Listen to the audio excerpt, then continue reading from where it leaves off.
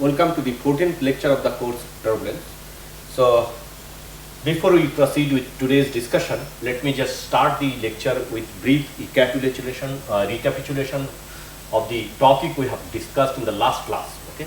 So, in the last class, mainly we have considered the kinetic energy equation. So, this is the equation, kinetic energy equation. This kinetic energy equation, then we have considering this particular kinetic energy equation, we have go ahead with order of magnitude analysis, or we carried out the order of magnitude analysis of this equation in the last class, and we found the order of magnitude of the pressure transport term is the order of UTQ by L, and order of this transport by turbulent fluctuation is the order of UTQ by L, as well as the order of viscous dissipation is also of the order of UTQ by L, and order of that turbulent production, this production term. So, this the order of this particular term is also is UTQ by L, okay, except this particular term, which is the viscous transport term. So, viscous transport term, if we consider that Sij is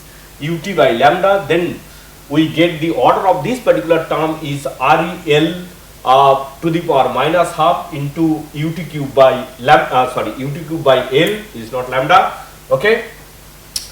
And if we in the other way, if we proceed, instead of considering the Sij as UT by lambda, if we consider Sij in the other way, if we consider the order of magnitude of this particular term, considering the expression of Sij, then we got that particular order of magnitude as nu into ut is square by L square, from which we can find that it is of the order of REL to the power minus 1 into ut cube by L, okay. So, as you see, this particular value is pretty high as compared to this, that is because that here we have considered that the turbulence or the time scale or the turbulence scale, which is or frequency of the turbulent scale which is contributing to Sij and Ui are same. Considering this, we found that particular order of magnitude analysis which is high, because Sij is related with the dissipative eddies, as I mentioned in some previous class. So, its scale its time scale can be very small. So, the time scale, although we have considered to be same in these two cases, they cannot be actually so that they cannot be so, that is because the time scale should be way apart, okay, that we will discuss now. And in this particular case, we have just considered the expression for Sij, and based on this is the value we have got. And as I have discussed, the correlation coefficient, as we correlation coefficient, if we can remember, that is nothing but this divided by, so this divided by this. So, that we got it, the correlation coefficient scale as minus half, okay, because this divided by this is nothing but is your this REL to the power minus half, okay. So, this is what our correlation coefficient. So, if you figure it out, if you just go one step back, so while considering the ratio of these two, okay, to find out the correlation coefficient, what we can do here, we can consider this divided by this term, which is same. So, that means in that case we can write this particular term as so nu ut lambda into ut cube by L, sorry, it should be the other way, by L, and nu ut lambda ut cube by L. So, this is, you see what it is, essentially it is nothing but your lambda by L. So, lambda by L, so which is if you can remember from our previous discussion, we also got that lambda by L scales as REL minus half, okay. So, what does it say? It says that this lambda by ut you can write, and L by ut. So, this is actually can be written as this. Okay. So, you see this is what? This is the time scale of associated with small eddies, and this is the time scale associated with large eddies. So, their time scale is scaling as 1 by RE L half. That means, as Reynolds number is very high, their time scale is not, their time scale ratio is very small. That means, since the time scale of this small scale turbulence and large scale turbulence are different, so they do not correlate. Okay. So, that is what we have mentioned in the previous classes, that if the time scale of two signal are of the same order, then they correlate better. Okay. If their time scale is way apart or if their frequency is way apart, then what happens?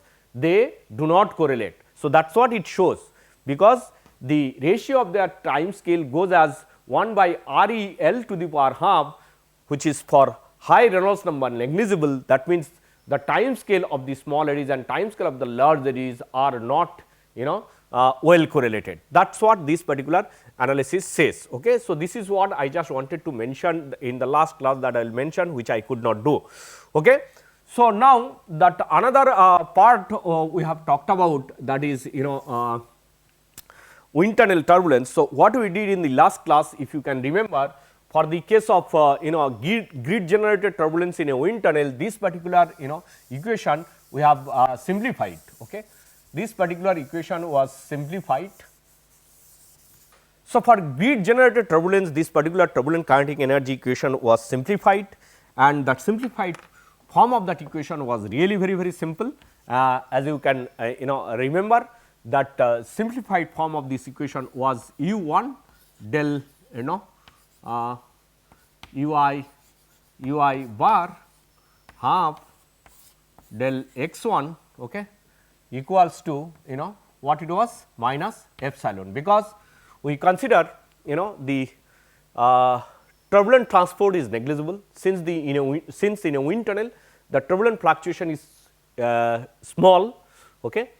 So, this particular transport term was considered to be negligible, and production term is 0, because in a wind tunnel turbulence there is no question of shear. Okay. That is what we have considered. So, we are left with this dissipation term, which is this epsilon. Okay. So, from this particular then we went ahead with the dimensional analysis, and considering order of magnitude analysis and dimensional analysis, we found for wind tunnel turbulence that our ut square goes as 1 by x 1. Okay.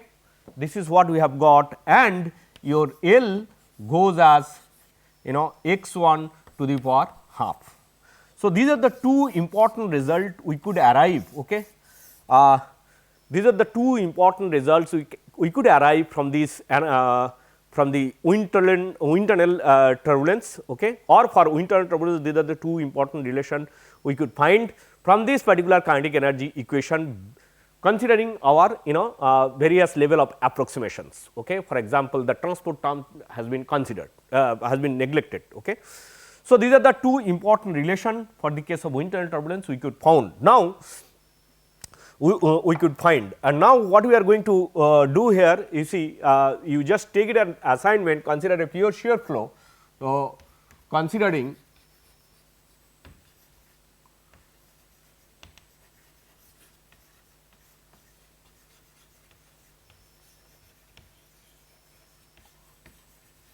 shear flow, show that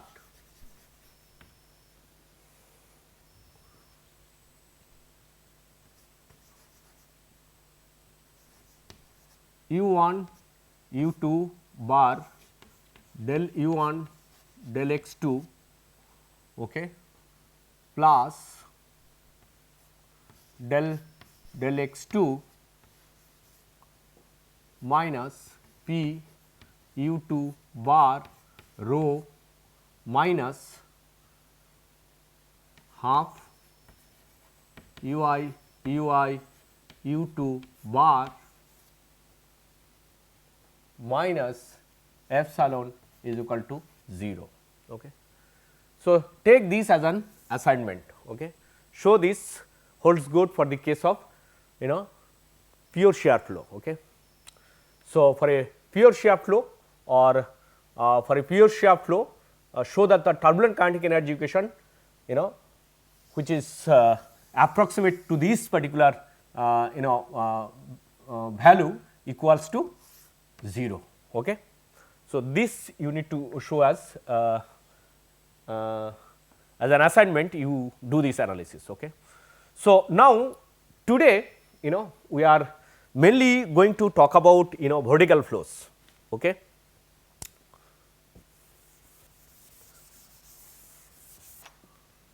So, today we are going to talk about vortex motion, okay, because vorticity in turbulent flow is very important, as we have already learnt that turbulent flow is characterized by high level of fluctuating vorticity, right. So, these particular characteristics only based on these particular characteristics we can differentiate between a random atmospheric gravity waves with turbulent flow. Okay. Similarly, with random ocean waves with turbulent flow. For the case of a turbulent flow, the flow is supposed to include high level of fluctuating vorticity, which is not the case for any other random flows or any other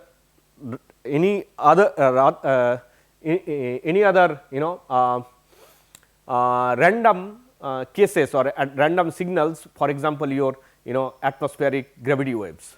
Okay. So, that is why the vorticity is very important, and in fact, we have also discussed that energy cascades down to smaller and smaller scales. So, that also happens to some extent due to this vortex tracing. Okay. So, this is what we need to understand, that vorticity dynamic we need to understand very elaborately in the case of turbulent flow analysis. Okay. So, today mainly I just wanted to go ahead with some kind of recap class whatever you have learnt about the vortex dynamics in your undergraduate or in some other courses. So, let me give you a brief recap of the stuff we need to understand these turbulent vorticity fluctuations or vorticity equations. Okay. So, vortex motion. So, a vortex motion in fluid motion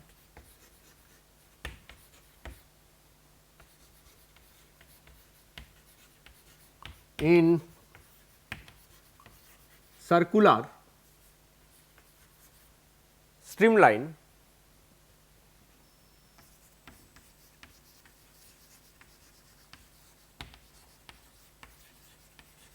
can be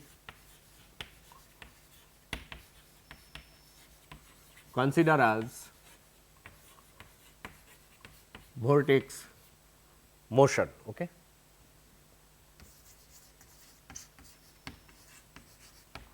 But it does not say that, I mean a fluid particle when it is moving around a circular streamline, it is going to have vorticity. Okay. For example, there are or it is going to have particular deformation. For example, there are two types of vertical motions, for example, solid body rotation and irrotational vortex. Let us know this. Okay. What is called solid body rotation, okay, and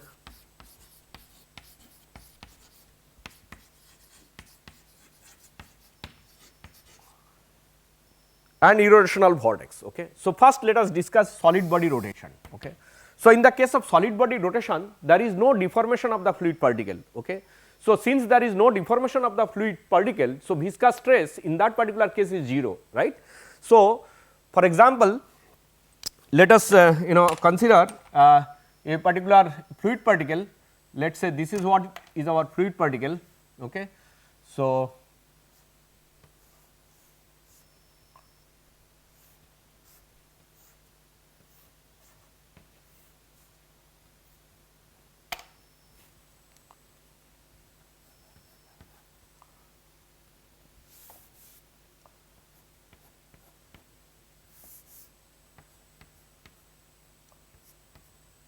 So, this is the center. So, about the center, when this fluid particle is rotating, when this fluid particle is rotating, you see what is happening, this particular phase is always towards the center of this circular motion.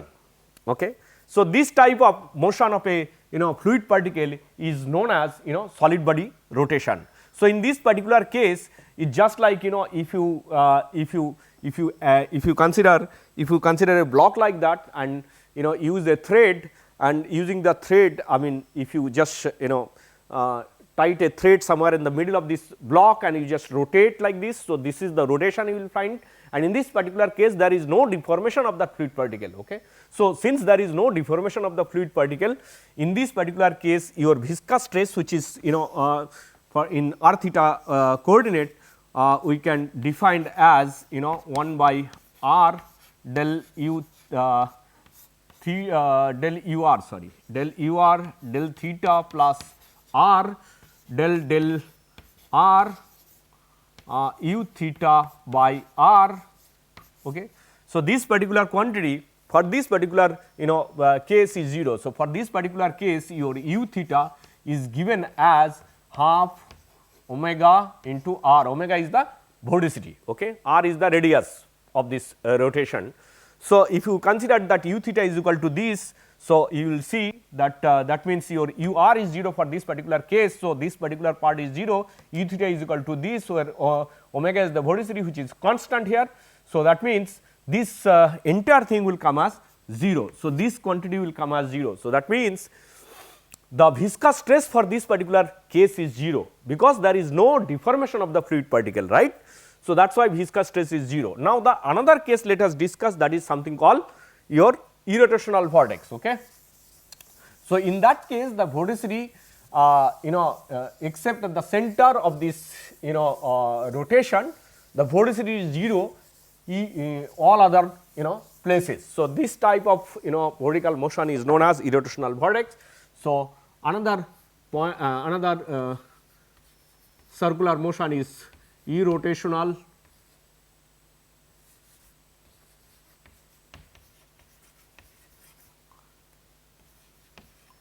vortex. So, irrotational vortex, this is something like that. If we consider the similar situation here, so you will see your solid body like rotation, if you consider,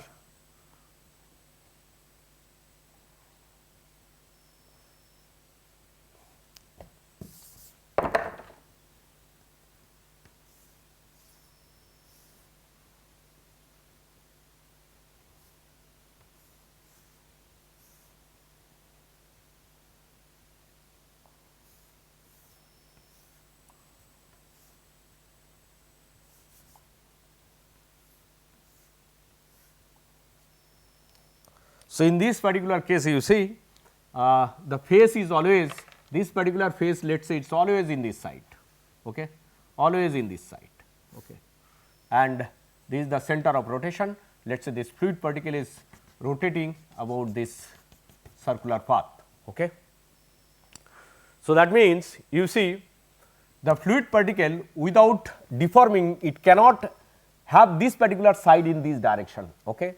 So, that means while it is going from this position to this position, somewhere here the fluid particle is taking some shape of this, okay, something of this sort, it is taking a shape in between. Okay. When it is going from this direction, okay, to this, it is actually getting deformed. So, in this particular case you see the u theta, if you consider u theta, the for this u theta is nothing but your circumferential velocity of this fluid particle. Okay. So, for this particular case it is given as gamma by 2 pi r. Okay. Gamma is the strength of this vortex, that means gamma is the circulation actually. Okay. I believe you know all these things. Okay. U dot dl is d gamma is equal to u dot dl. So, circulation is equal to integration of u dot dl over a closed closed path. Okay. So, I believe that you know all these things in your previous courses, you have learnt all this. Anyway, so u theta, if this is the u theta for this particular case, then you see sigma r theta for this particular case then is going to be what, 1 by r del u r del theta plus r del r u theta by r. Okay. So, this is going to be non-zero for this particular case, because u theta is this. So, if you, so that means this part is 0. So, you are left with then this okay. So, gamma by 2 pi r square, which is still there here. Okay. So, this is essentially is going to be minus mu gamma by pi r square. Okay. So, that means what it says, that viscous stress is non-zero in this particular case, because it is getting deformed while it is going from this particular position to this particular position, okay, which was not the case in the case of solid body rotation, right. So, there is a viscous stress, non-zero viscous stress for this particular case, but that net viscous force, okay, that is your this is going to be once again 0 for this case, because this is equal to is basically your minus, okay, cross Vorticity vector omega, okay. And since it is this particular quantity is 0, any, I mean all other places except at the center, this quantity, that means the the resultant force on a fluid particle is actually 0 per unit volume, this is, okay. So, this is 0, but the viscous stress is non-zero, keep it in mind, okay. So, this is one important point for this irrotational vortex. Anyway, so these are the two vertical vortex motions. Now, something known as vortex line. So, what is known as vortex line, okay. So, vortex line and vortex tube, okay, which I believe you know, but still I am just for the sake of giving you a brief recap of this thing, I just wanted to mention here. So, vortex line, a vortex line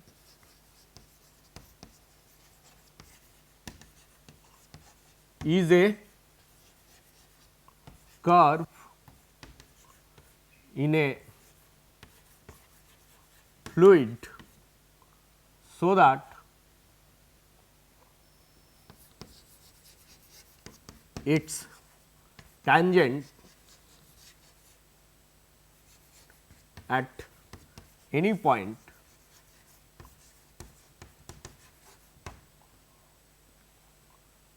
indicates, or tangent at any point gives the vorticity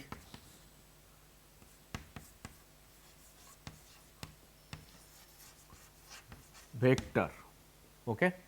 So, that is what a vortex line, okay. It is something similarly like your streamline.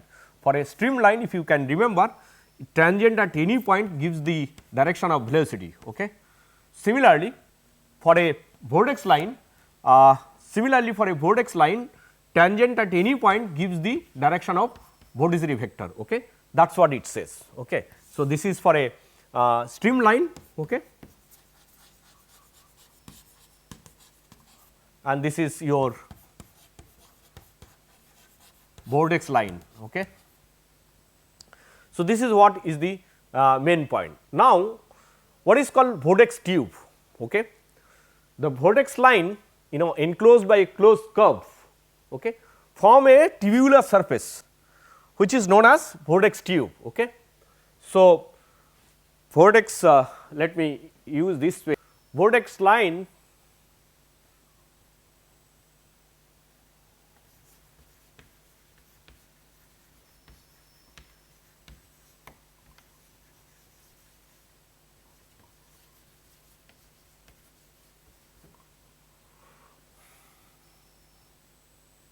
enclosed by a closed curve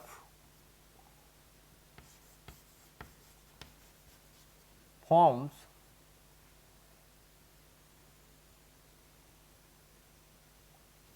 a vortex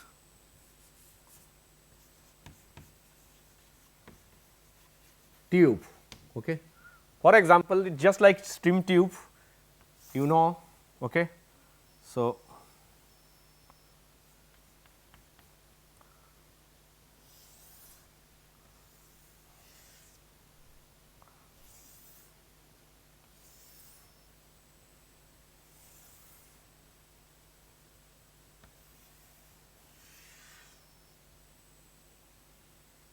okay. So, let us say these are the streamlines and enclosed by this closed curve forms a stream tube, and in a stream tube, if you can remember that u dot dA is the area of this particular surface, this is kind of mass flow rate through this or volume flow rate through this stream tube, right. Similarly, your that the vortex line enclosed by a closed curve like this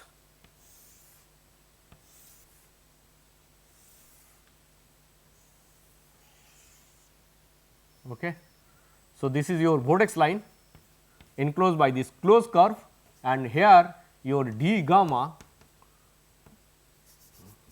So, in this particular case your d gamma vortex strength is given by, or circulation is given by, omega means your vorticity vector dot dA. Okay. So, this is what is your vortex strength. So, this is your stream tube and this is your vortex tube. Okay. So, these are the basic things. Now, there are another two theorem which is often need to be used. So, let us also mention these two theorems. There are two theorem, one is your Kelvin's circulation theorem and another is your Helmholtz theorem. Okay. So, let me just quickly finish this.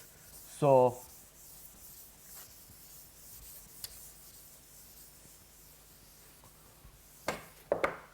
Kelvin's circulation theorem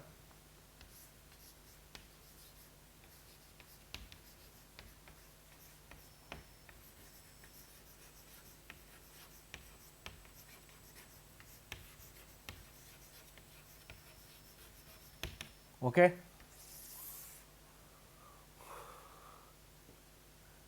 So, it says in an invert sheet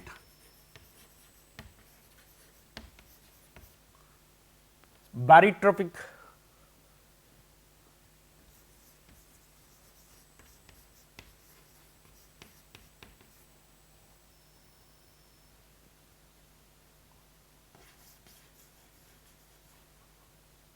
with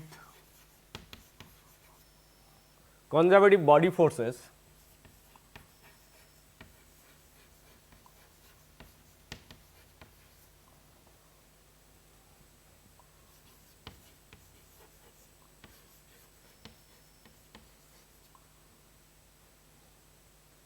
conservative body forces, the circulation or vortex strength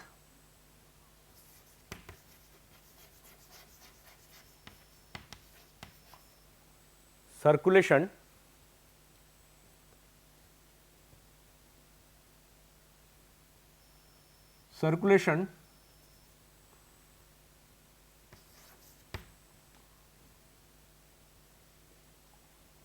of the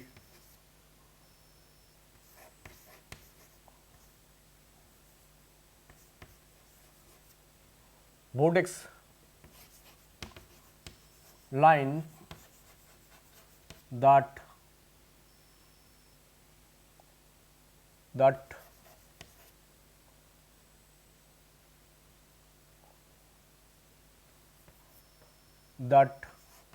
moves with the flow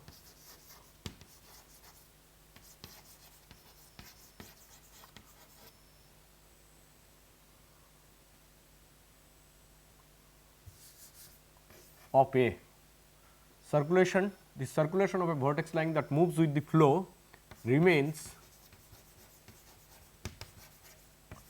constant with time if the motion is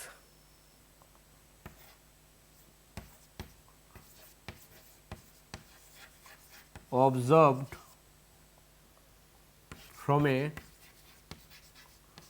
non rotating frame of reference.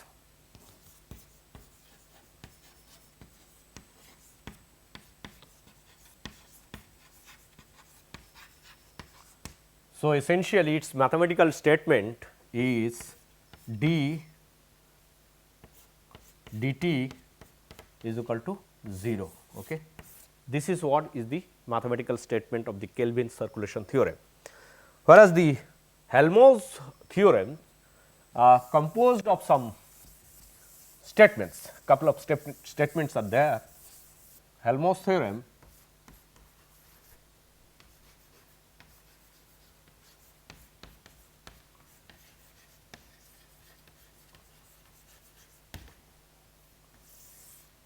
okay. So, it first statement says that vortex line move with the flow.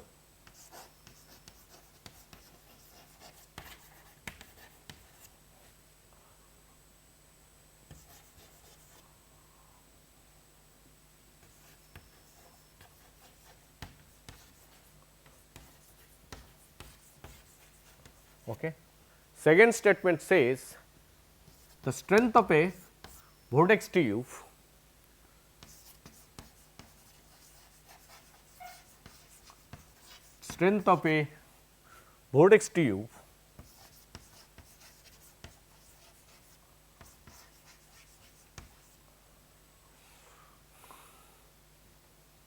that is its circulation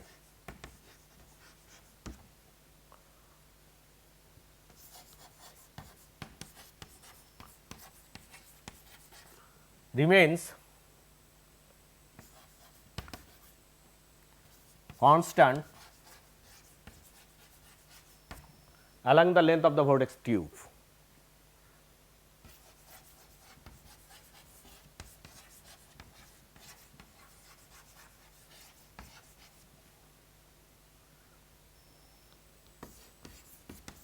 Of the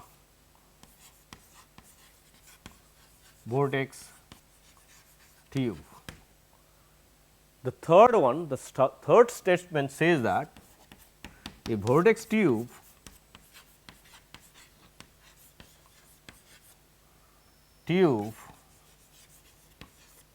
cannot end in a fluid.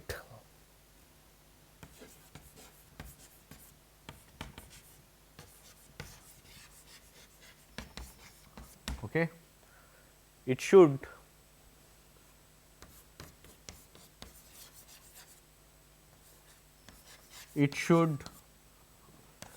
either end at the solid boundaries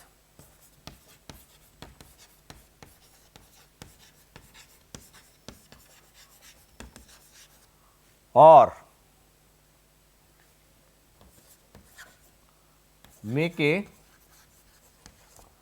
closed loop.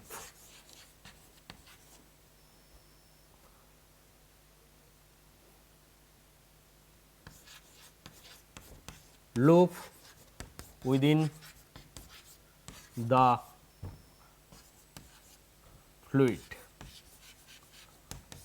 okay, within the fluid.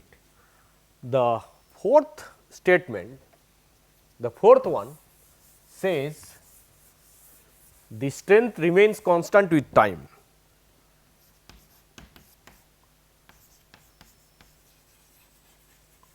Strength remains constant with time. Okay. So, these are the statement of Helmholtz theorem. Okay. All right. So, with this let us move further with this little bit of introduction to the kinematics of this vortex line, vortex tube and so on. Let us go to the vortex dynamics, which is actually obtained from the curl of the Navier-Stokes equation. Okay. So, that is what we are going to find. Okay. So, the vortex dynamics, to understand the vortex dynamics, first we need to find the vorticity equation. Okay. So, to find the vorticity equation, we have to use the momentum equation. So, let us start with the momentum equation. So, vorticity equation, that is what we are going to find now. Okay.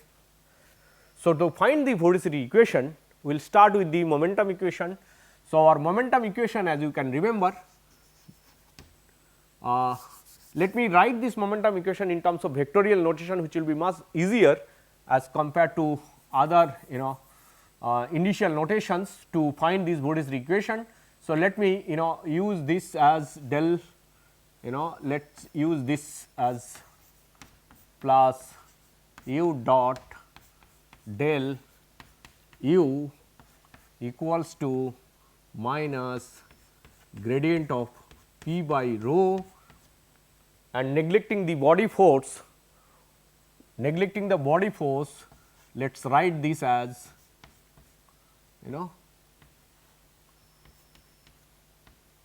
velocity vector, let us say u. Okay. So, this is what is our that momentum equation. Now, taking curl of this equation,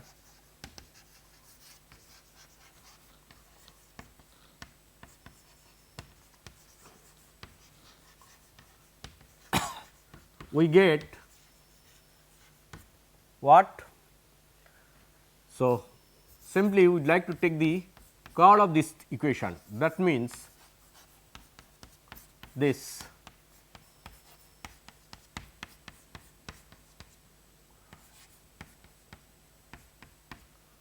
okay.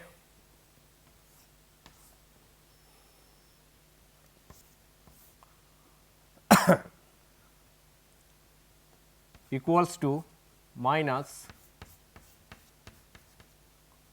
p rho nu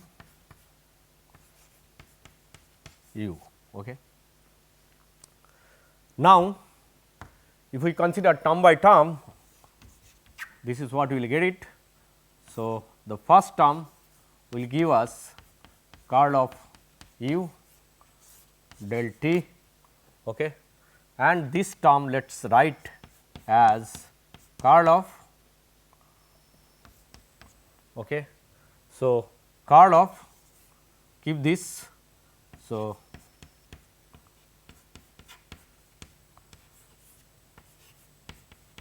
this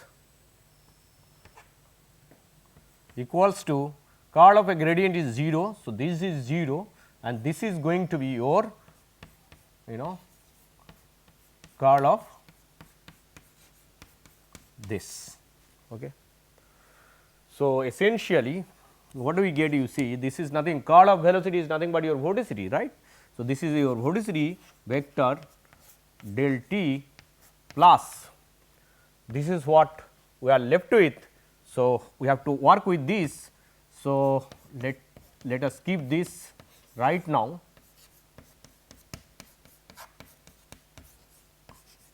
okay, and this particular term is nothing but your, this is chord of velocity means vorticity. So, this is sorry, there is a mistake here, should be 2, okay, should be 2. So, this is what is your vorticity. Okay.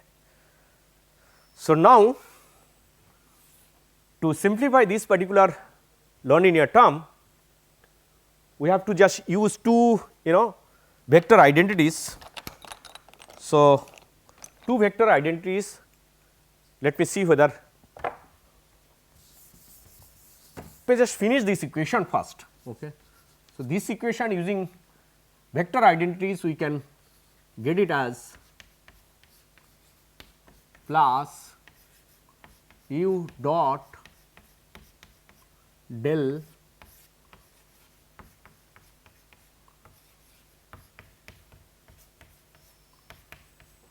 u, okay, plus nu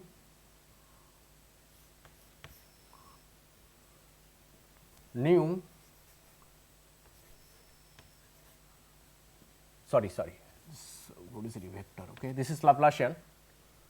Okay. So, this is what do we get? So, here there are two vector identities used to get these two terms from this nonlinear terms. So, let me just tell you the vector identities which are useful to get this. So, one vector identity was this, okay. Let us say this is A, vector A and B, okay. This is what you have to first find it out. So, this equals to, you can write A dot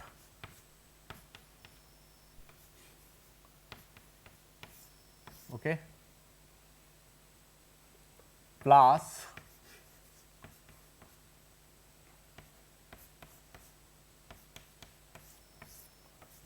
A plus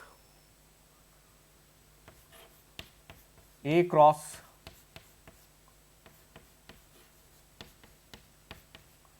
plus B cross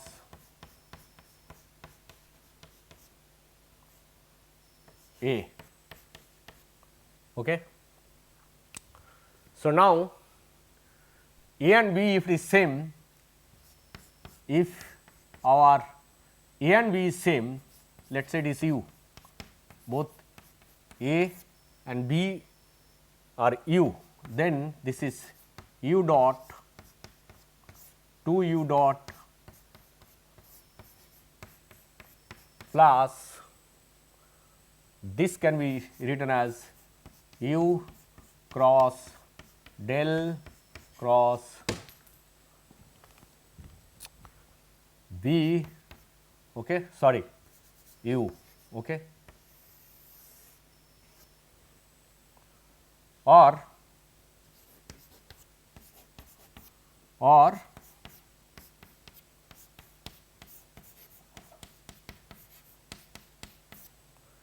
this equals, you see another line, if we write this equals your twice, or this 2 we can put it in the this side.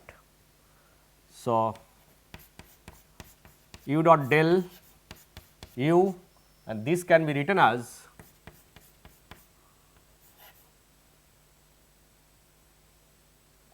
written as, you see,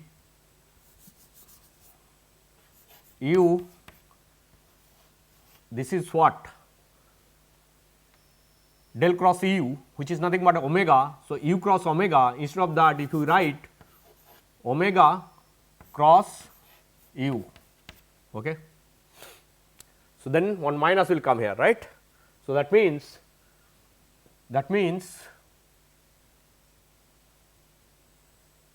we got the value of this term. Okay. So, value of this particular term is u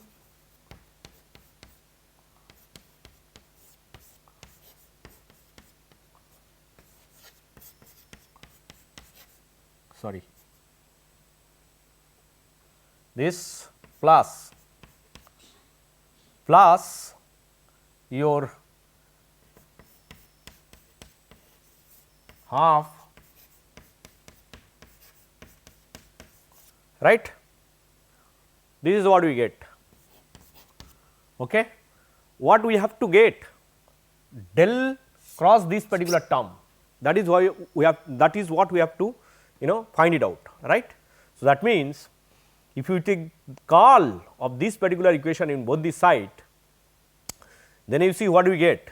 Curl of this is essentially curl of this quantity, curl of this gradient of a scalar is 0. So, this part is 0. So, you are supposed to get curl of vorticity and cross u, right. So, that means you need another vector identity, which is this, okay. You need another vector identity, okay, this. So, if you use this vector identity, then you should be able to so if you use this vector identity, so this vector identity equals to what? A dot B minus B dot del A plus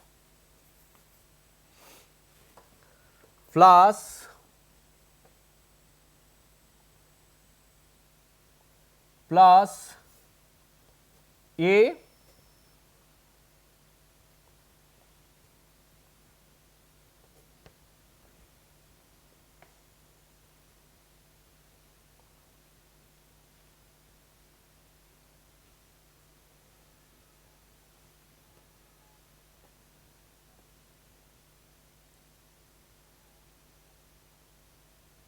So, this identity what it should be?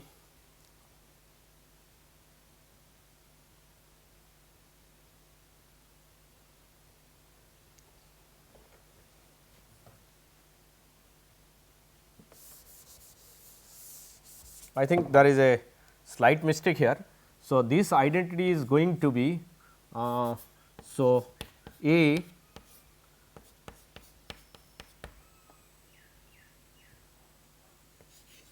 B or B A, okay, plus this one it should be A dot, okay, it was okay only I think, B minus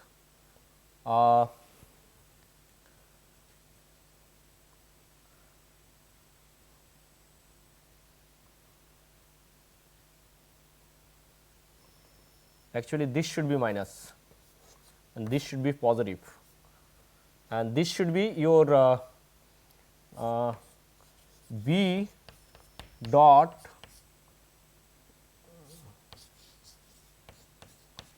okay, this,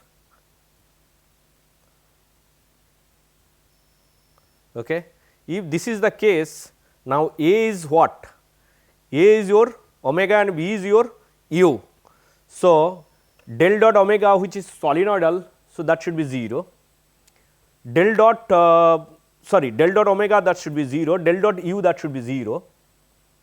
So, these two 0 because vorticity field is solenoidal, and from continuity you can say that both this term will be 0, and what about this term?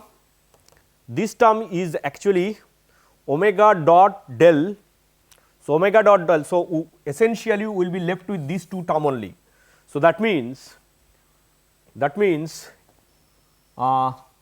taking curl of these. So, curl of this particular quantity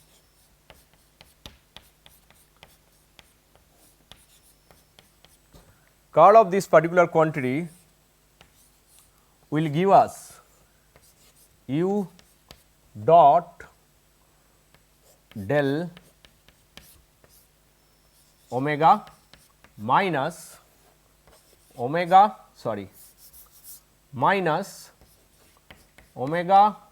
dot del u, okay. That is what we are going to get it, okay. And this will be 0, okay. If this is the case, then what?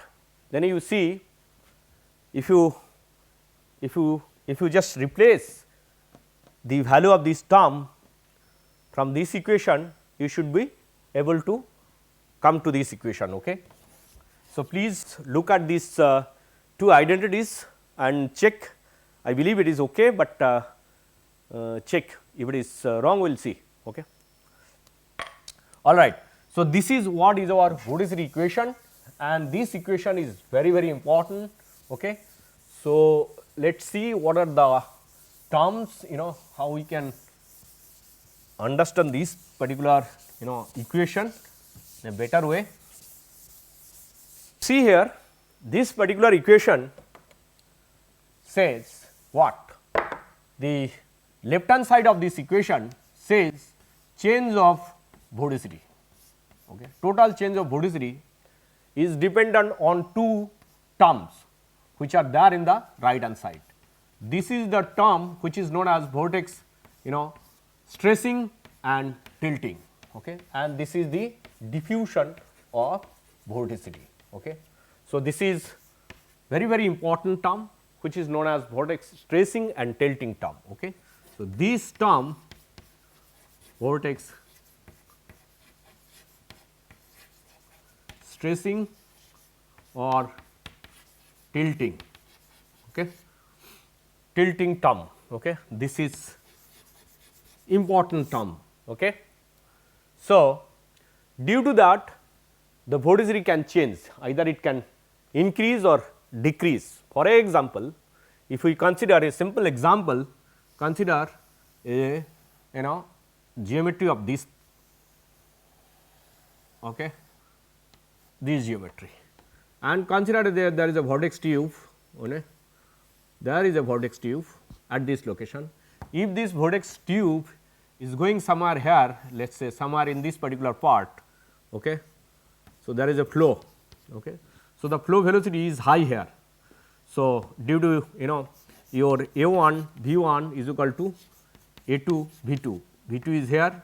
So, A1, so this is 1, this is location 2, okay, and this 2 is equal. So, area is high, velocity is less, area is less, velocity is high, okay. That means velocity is very high here. So, what will happen, this particular, so there will be huge stressing in the x direction, right, in the direction of the motion.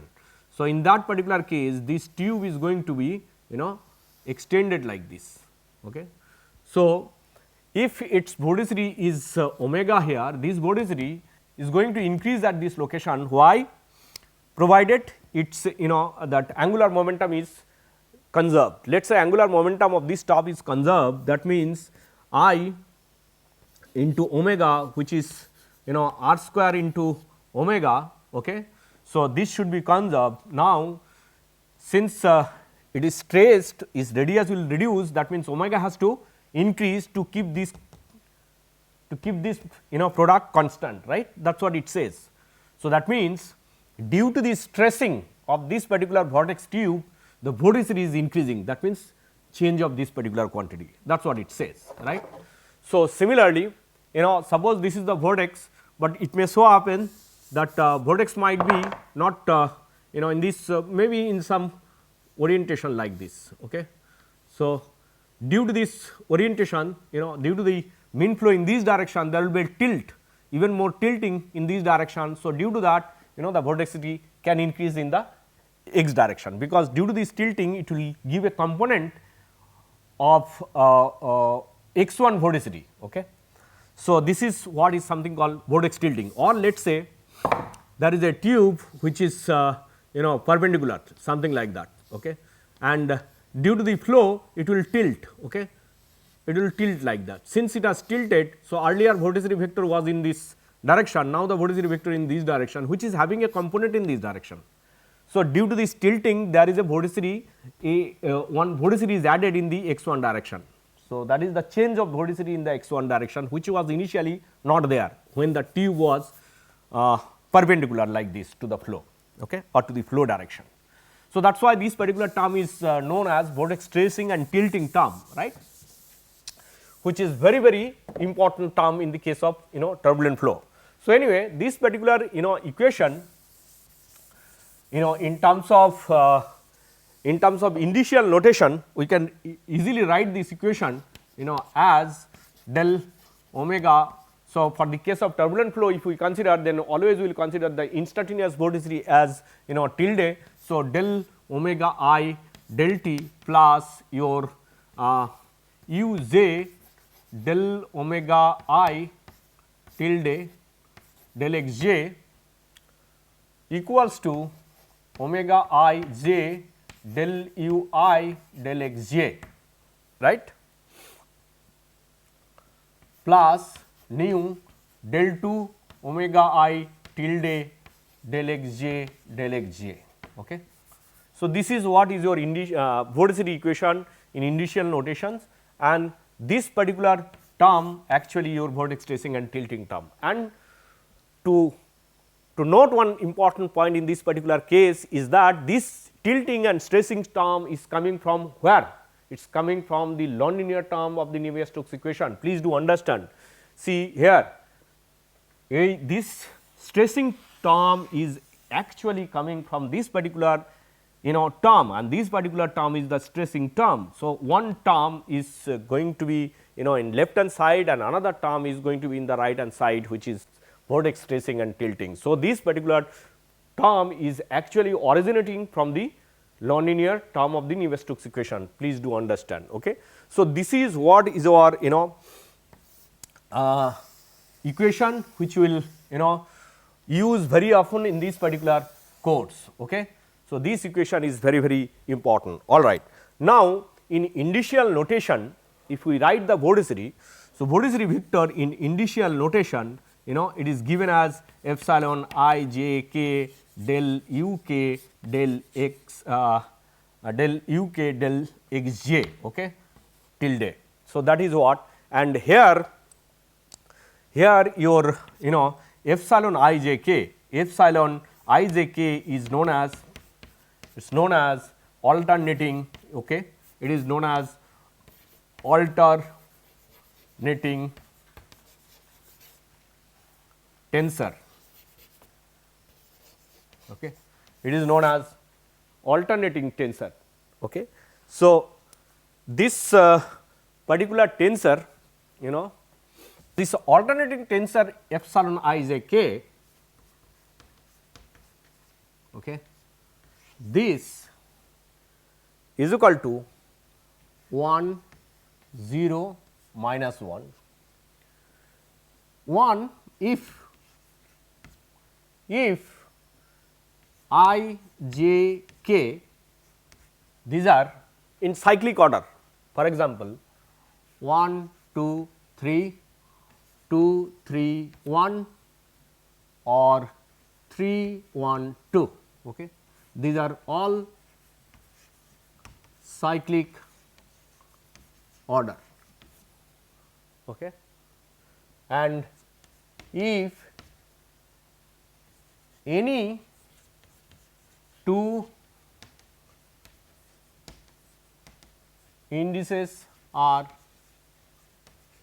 equal, okay, minus 1 if I j k equals anticyclic, or for example 2 1 3 or 3 2 1 or 1 3 2, okay, anticyclic order, okay. So, this is what is the property of this particular tensor. So, if you see on the other hand your velocity gradient tensor, as we have already discussed in previous classes, this equals to, we can write as half del u I del x I x j plus del u j del x I plus half del ui del x j minus del u j del x I. Okay. So, this is the this particular velocity gradient tensor we can decompose into two part, one is symmetric part, another is antisymmetric part. So, this symmetric part is is known as Sij, okay, stranded tensor, and this particular part let us call this as rotation tensor. Okay. So, this is called as rotation tensor. Okay. So, this rotation tensor, if you would like to write in terms of vorticity, then this come as half epsilon I j k omega k tilde. Okay. So, this is one relation, or you can write omega I tilde epsilon I j k your r k j. Okay. So, these are the some important relations, okay, that we should keep it in mind while working with these vorticity equations. Now, we are going to see the vorticity term in the equation of motion. Okay. So, let us slowly move towards turbulent flow. Okay.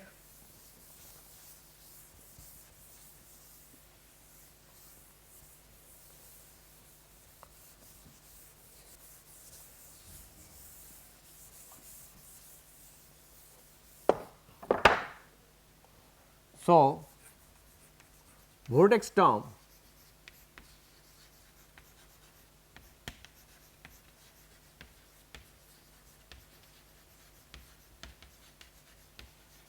of motion. Okay. Before we go ahead with the detailed discussion of the vorticity equation, let us first understand the Navier-Stokes equation and its its connection with the vorticity, right. So, if you can remember the our Navier-Stokes equation, then this is your del t u j del u I tilde del x j equals to minus del p del x I tilde plus, considering the negligible body forces, okay, plus del 2 u I tilde del x j del x j. Tilde means instantaneous term, you understand, or instantaneous variable, you understand, as we have already mentioned this in some previous classes. All right. Now, you see how we can write this term and this term. Okay. How we can modify this equation, that is what is the first topic we are going to discuss here. So, you see we can write this as, see, this is u j can be taken inside, because u I tilde u j tilde, okay, because that one term is this, another term is u I del u j del x j, which is equal to 0 from the continuity equation. Okay. So, these can be written in this fashion. So, keep as it is, and this particular term let us write in this way, del x j, okay, del u I tilde del x j. Okay. So, now you see we can take this term in the right hand side, take this term in the right hand side, then we can write del x I plus or minus, sorry, minus del u I tilde u j tilde del x j. Okay.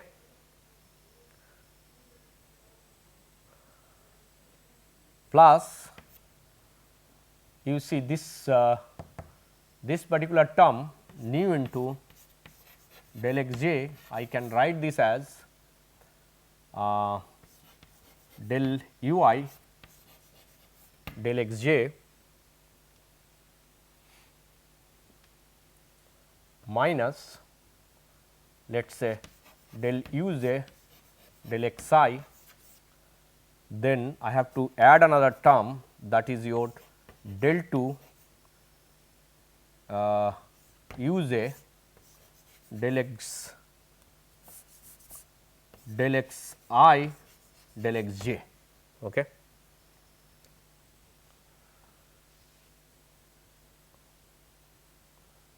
Similarly, I can write this particular term, okay, del xi, this particular term we can write as uj tilde del ui del xj del xj tilde del xj not tilde del xj and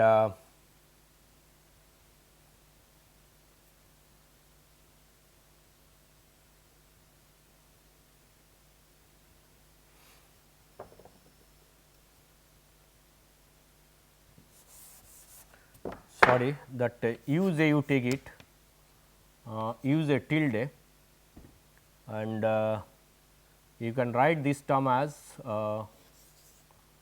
del ui tilde del xj minus del ui tilde del xj, right,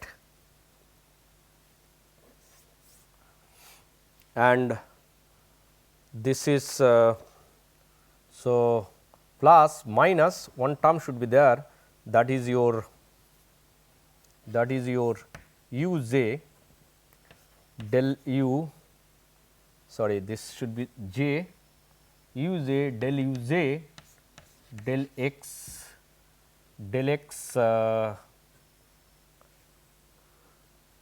I, it should be I, sorry.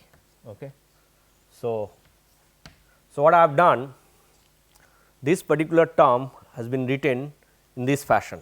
So, this particular term is nothing but your uj del ui del xj, which has been written as del uj has been taken out, del ui del xj minus one term taken, which is del uj del xi, right. So, this particular term, so one term is coming extra positive uj del uj del xi. So, that needs to be subtracted. So, that is why another term is taken here. So, you see this equation, then this particular term is what? This particular term, if you consider, so this is what is your essentially rotation tensor, right. So, into half 2, if you take to 2 into half, that is what is your rotation tensor.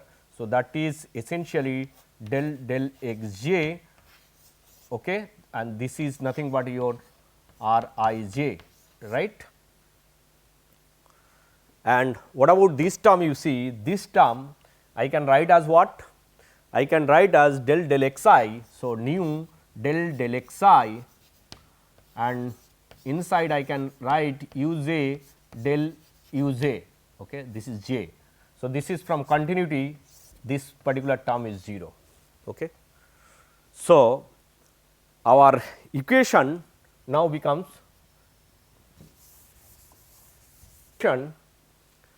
see, our equation almost has taken the shape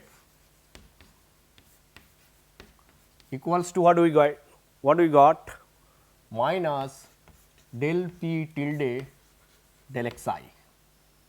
I think one mistake has been done, one mistake, 1 by rho should be here. Okay.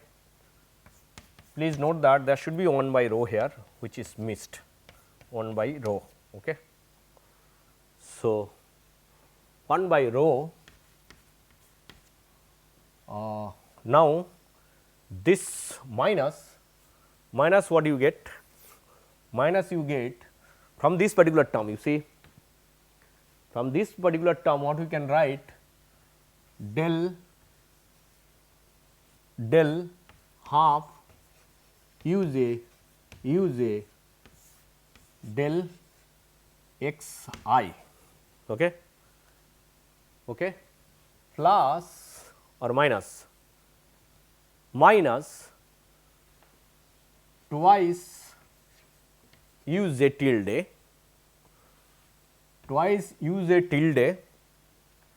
r I j, right, r I j plus twice nu del x j r tilde I j. Okay. So, this is what is our equation, right, or del u I del t. So, this particular term can be written as del x I p tilde p by rho half u j tilde. Okay. That tilde is missed here, I am sorry. Okay. If it is missed, please you have to put tilde here also, I am sorry. Okay. So, wherever is missed, kindly correct it. So, this now r I j twice u j, r I j is what? R I j is minus half epsilon I j k. So, that means that minus positive half and this 2 will cancel out. Then here what we are left with I j k u j and omega k. Okay. This is the term which is coming from this, plus you see what do we get here, once again if you write r I j is equal to minus. So, this particular term is also going to be what? Minus nu epsilon I j k, this is omega k del x j. Okay. So, this is what is our essentially momentum equation. So, this is what is our momentum equation, and you see if flow is irrotational, then this part is 0, this part is also 0. Okay.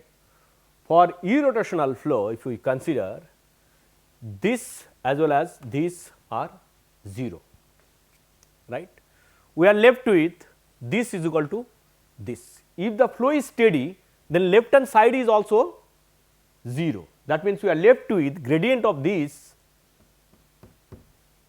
is equal to 0, means this is equal to constant. So, we are ending up with Bernoulli's equation, which is not going to be the case in the case of turbulent flow, right.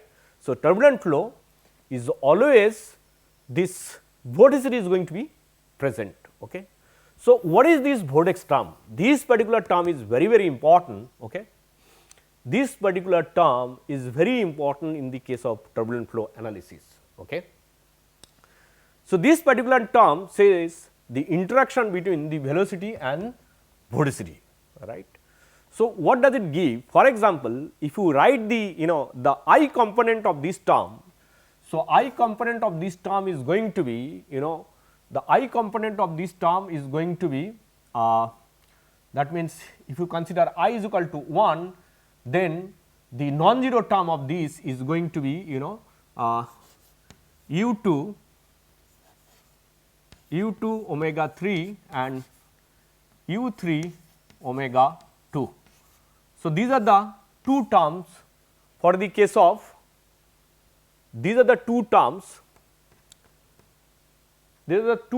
for the case of your I component momentum equation is going to survive. What does it say? It is actually this particular term is actually equivalent to your this particular term is actually equivalent to your the Coriolis term. Coriolis term, what does it say? If you would have written the equation of motion in a rotating frame of reference, then your equation of motion will have a component from the Coriolis force, okay, which is actually twice epsilon I j k u j and capital omega k, which is nothing but your angular velocity. So, 2 into angular velocity is your vorticity. So, that is just like that. So, what it says, that means if there is a vortex line in a flow, if there is a vortex line in the flow of vorticity this, it is going to experience a force, okay. That is what it says, and that force is nothing but your actually Rabin-Magnus effect, that is what it is. If there is a vortex line in a flow, that is going to experience a force which is due to this Rabin-Magnus effect, and that force for for x direction, this is the two component of that force. So, if we draw a geometry, that will be very clear for us, I mean what is this force is. For example, this is what is your vortex tube. So, let us say this is what is your two direction, and this is what is your z direction in this coordinate system. This is x1, this is 2, x2, and this is x3. Okay. That means, this is what is your u3, this is what is your omega 2 direction. That means, it is there is a one force is going to act. So, that means, there will be a force in this direction on this particular vortex tube, and that amount of that force is going to be this, that u3 omega 2 bar, okay, minus. This is the amount of force which is going to be there on this particular vortex tube. Okay. If there is a vortex, so if there is a not vortex tube, let us say vortex line, then this is the amount of force going to be there on this particular vortex line. Okay. Similarly, and this one is actually, suppose there is a vortex line which is parallel vortex line, let us say, which is parallel to the x3 direction. Okay. So, vortex line parallel to this x3 direction, that means your your vorticity omega 3 is this, and this is your velocity is u2. Okay. This is your velocity u2, then it is going to have a experience a force which is equivalent to u2 omega 3 tilde. This is the amount of force in this direction this particular tube is going to experience when it is when it is parallel to this. Okay.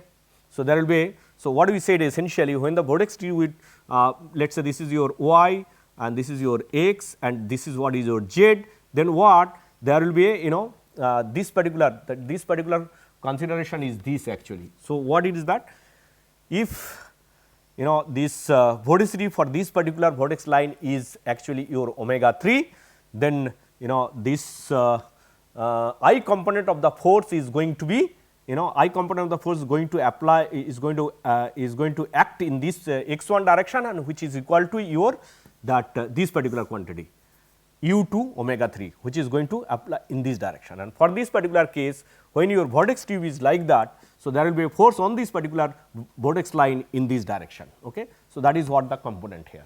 So, that is what it says actually. Okay. So, this is what is the vortex term in the equation of motions. Okay.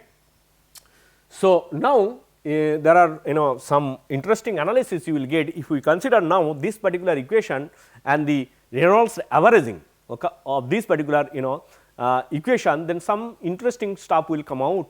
So, today I think time is over, we will consider this particular aspect in the next class. Okay. Okay. Thank you very much.